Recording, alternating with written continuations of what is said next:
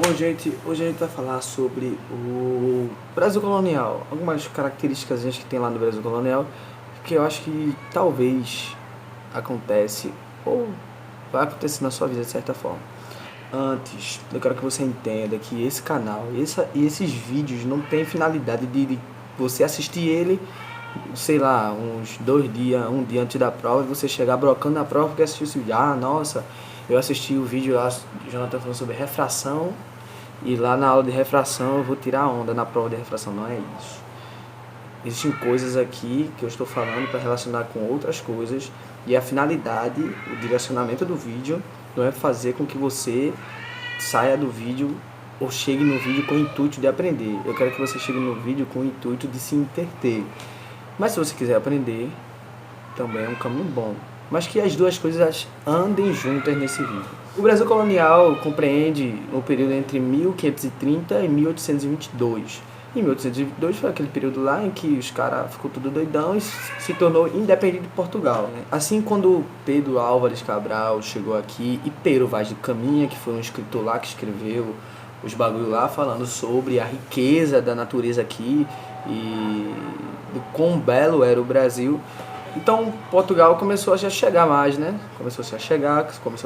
Em 1530, o Brasil se tornou oficialmente colônia do Portugal. Só que como o Brasil, o nosso Brasil é muito grande, tanto que os nossos estados aqui são alguns têm o território de um país lá na Europa. O que acontece? O Brasil, por ser um país grande, ele estava sujeito a algumas invasões. E Portugal necessitava de que o país fosse ocupado para aumentar a segurança. Só que o que acontece?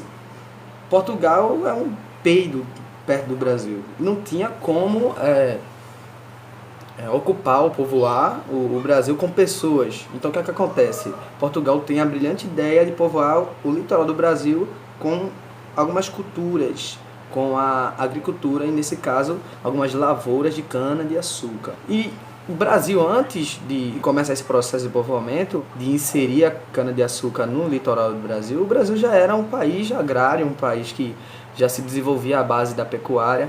Tanto que o Sudeste, que hoje é São Paulo, lá se produzia café e se exportava o café, que é uma commodity. E eu vou falar sobre commodity. O Brasil já era um país agrário. E com essa questão do povoamento ele se tornou ainda mais. Como essas coisas aconteceram lá no começo, até hoje acontecem. Então, coisas que aconteceram lá na frente no Brasil refletem acontecimentos de hoje. Então, o Brasil era um país agrário, o Brasil é o mercado do mundo. Então, os países recebem o alimento daqui do Brasil. E diferente do mercado daqui, perto da sua casa, que você vai lá e compra e tem que aceitar aquele preço de lá, o Brasil é um mercado, só que é um mercado que o preço da mercadoria é determinado pela economia externa. Então tá aí já um contraponto em relação ao Brasil ser um país agrário e ser o mercado do mundo. Porque, como eu falei para vocês, o café é uma commodity. Hoje a maior commodity e o maior produtor é a soja, e o Brasil é o maior produtor da soja. Tem milho também. Então, o país, o Brasil, a sua economia, ela é movida pelo agronegócio, que é a maior parte da produção de alimento vem do agronegócio, e a produção de alimento que é oriunda do agronegócio vai para fora, e a gente é sustentado pela agricultura familiar. Então, a gente tem essas duas vertentes para sustentar a economia do país.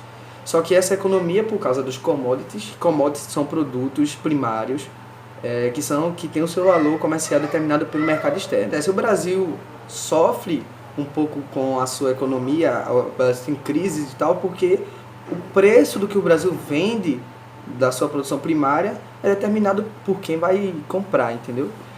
Só que o Brasil teve várias tentativas de industrialização, tanto que essa industrialização começou lá no Sudeste, onde tem a produção de café. E começou por lá e depois foi escoando, foi descentralizando a industrialização, indo para as outras partes do país. Só que foram tentativas que falharam. Porque o fato do Brasil ser um país agropecuário vem de muito tempo, logo de quando os portugueses chegaram aqui. Então isso acontece na nossa vida também. Se a gente tem hábitos, se a gente faz coisas bem no começo, desde quando a gente é pequeno, se reflete na nossa vida quanto adulto. Por exemplo, eu vi algo que se a mãe, quando a criança está irritada, dá comida para a criança, então a criança entende quando estiver grande, que sempre quando ela estiver estressada, a comida vai fazer com que ela desestresse. Então nossos hábitos, nossos costumes, desde agora, desde pequeno, refletem no que vai acontecer no futuro. Então pai, se tem algum pai assistindo, tenha cuidado no que você faz com seu filho, porque isso vai refletir na vida dele.